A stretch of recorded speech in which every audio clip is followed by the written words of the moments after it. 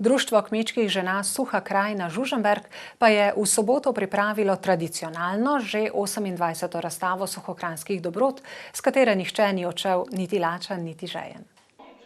Na ogled in tudi pokušino so žene poleg krušnih izdelkov postavile tudi ročna dela, izdelke domače obrti, med in medene izdelke, svoje so dodali tudi otroci iz vrtca Žužemberk.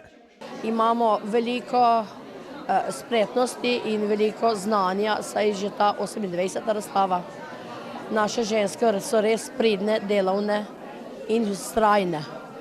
Sodelujemo tudi z velikim društvom, vinogradniki, čebelari, kakor tudi iz občina, ki nas finančno podpira.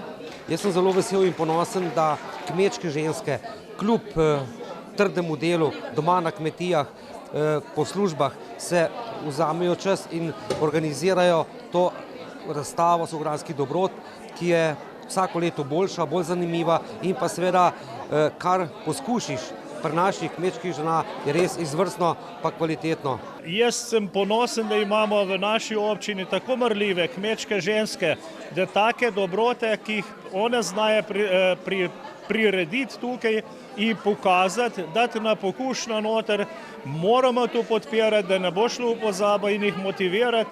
Razstava je vsako leto nekaj posebnega, seveda po zaslugi marljivih kmečkih žena. Tokrat jih je aktivno sodelovalo okrog 20.